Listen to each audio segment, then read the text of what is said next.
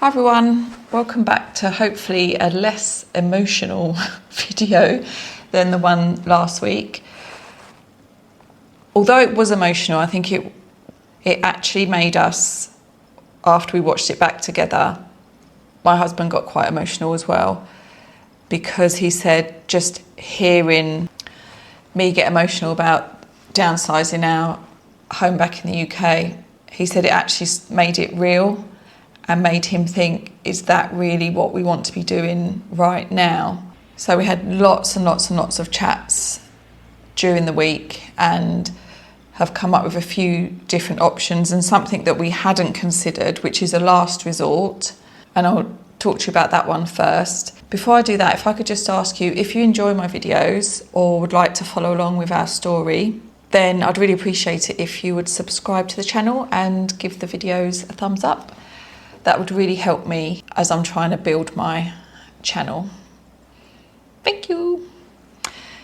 Anyway, the option we like the least is, but it is still an option, is actually selling this house because we own this house outright and it would release enough equity for us to live on, basically.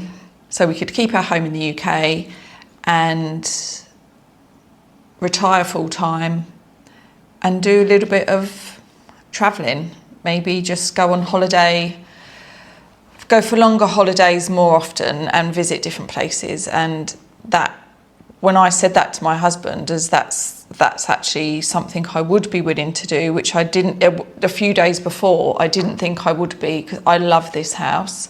But you also have to be practical, and the goal is to have an easier life. Now we're in our 50s, to slow down, not have to go to work, at least not have to go to work for somebody else.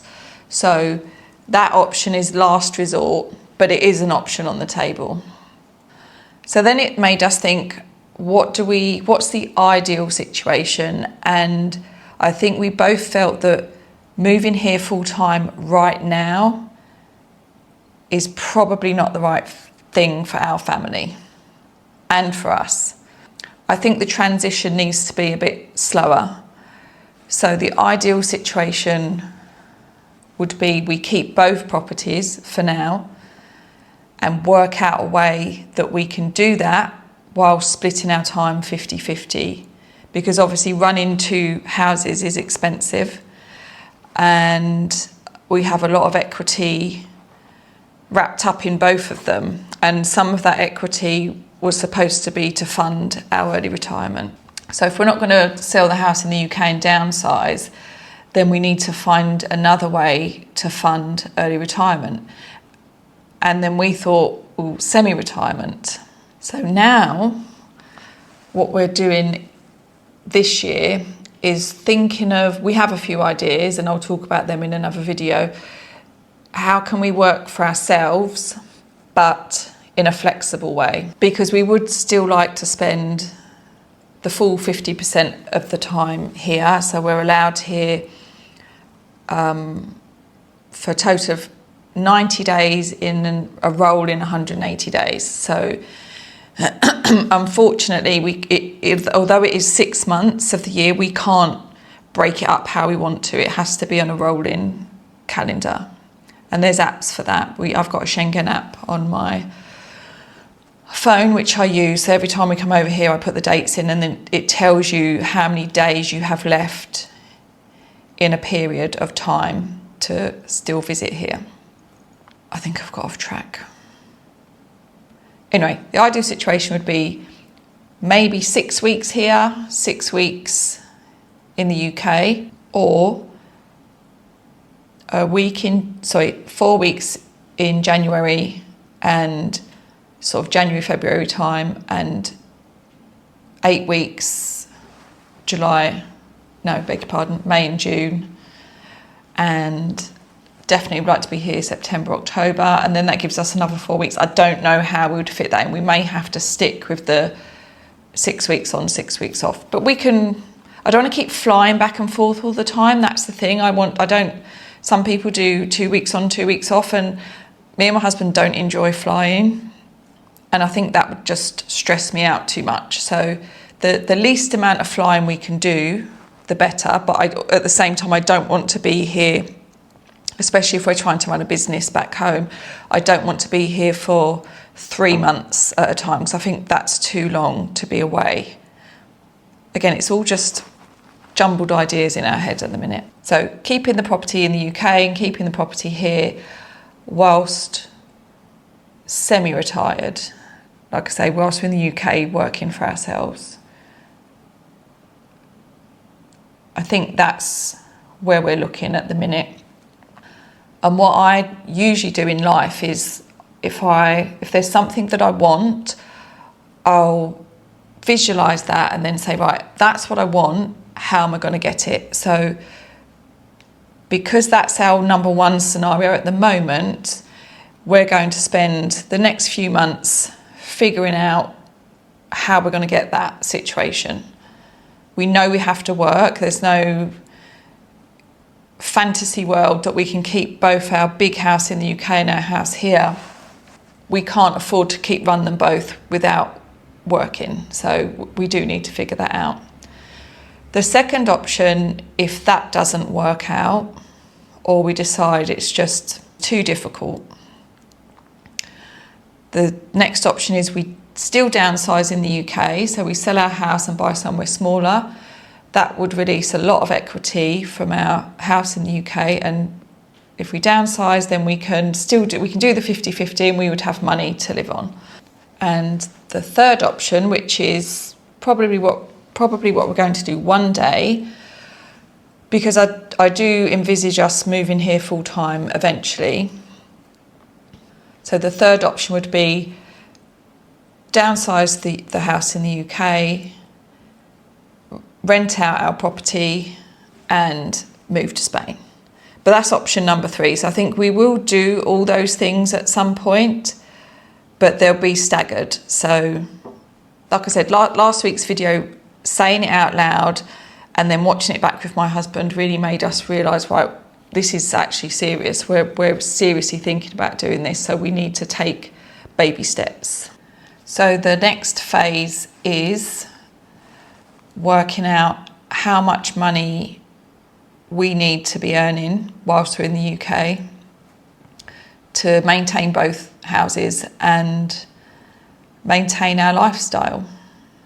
My husband's boss from the job he's just left did say to him that if they could work something out where he came back part-time, maybe, because he knew that my job was 2 weeks on, 2 weeks off, and he said to Dean that maybe he would accommodate that for him if Dean wanted to do 2 weeks on, 2 weeks off.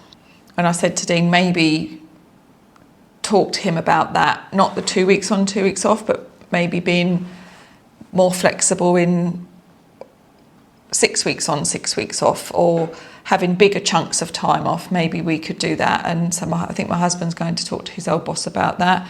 But if that doesn't work out, then we will have to do something for ourselves. So we're putting our thinking caps on and crunching the numbers and seeing what we can come up with. Any suggestions greatly received. Maybe some kind of property maintenance. There is nothing you can do to a house that we haven't done ourselves, and we've moved a lot. And every house we've bought has needed, like I said, everything doing to it. So we're very experienced in that kind of thing. So we thought maybe, some kind of property maintenance, kitchens and bathrooms.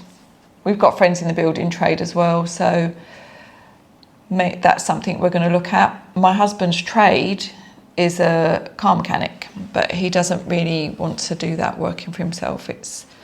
You'd have to get a garage and it's just not feasible. He'd rather, and he wants a change anyway. If he does go back to work, he said he'd like to do something completely different. So that's lots to think about, and I'll be keeping you updated over the coming weeks and months. Different ideas we're coming up with. And like I said, if you have any ideas, drop a comment. I I do like hearing what other people have to say, because I do think you need to, even if you don't take people's advice, to hear someone else's perspective, I think is good, because it makes you look at the whole picture. But I'm determined that at the end of this gap year that we're taking, we are going to be either retired or semi-retired, for sure. On a lighter note, things we've done this week. We went out Saturday evening to a really lovely local restaurant. They had a fantastic singer there as well. We went with our neighbours here, and their friends were over from the UK. They were lovely people. We went out with them and had a really nice night. I didn't know if I was going to make it, because on Thursday night and Friday night I was woken up in the middle of the night with migraines on both days. I think the Friday night was just a reignition of Thursday nights, because on Friday daytime I said to my husband, I need to get out of here, I need to go for a walk. And I think that stuffed things up, really. I think if I'd stayed indoors and stayed in bed all day, I would have been okay. But by the time Friday evening came around, it was cranking back up again, and it was awful all night long. And I woke up Saturday morning thinking, I don't know if I'm going to make it tonight. But I stayed in bed, I kept hydrated, and by the time Saturday evening came, I was much, much, much better. I didn't drink Saturday night because I didn't want to trigger anything, and I didn't feel like it anyway, but we had a nice time anyway. Oh, we found a new beach. Now we've got the car, we can do a bit more exploring, and we found a really lovely beach in the next two urbanisations over, a place called Elveria. I'm sure if anyone who knows this part of the Costa del Sol, you'll know Elveria. There are some really lovely beaches there, so we're going there in a minute actually. Oh, tomorrow we've got the estate agent that helped us buy this house, Wendy, who's now our friend, is coming for lunch tomorrow, and she's always a really good sounding board for anything that we're thinking of doing.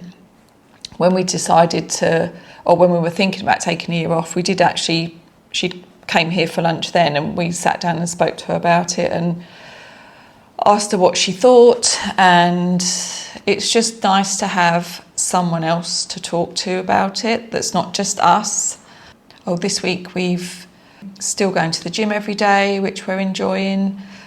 We're not walking as much now, we have the car, but we were walking with purpose before we had the car. We were walking for exercise up the hill and along the boardwalk, which we haven't been doing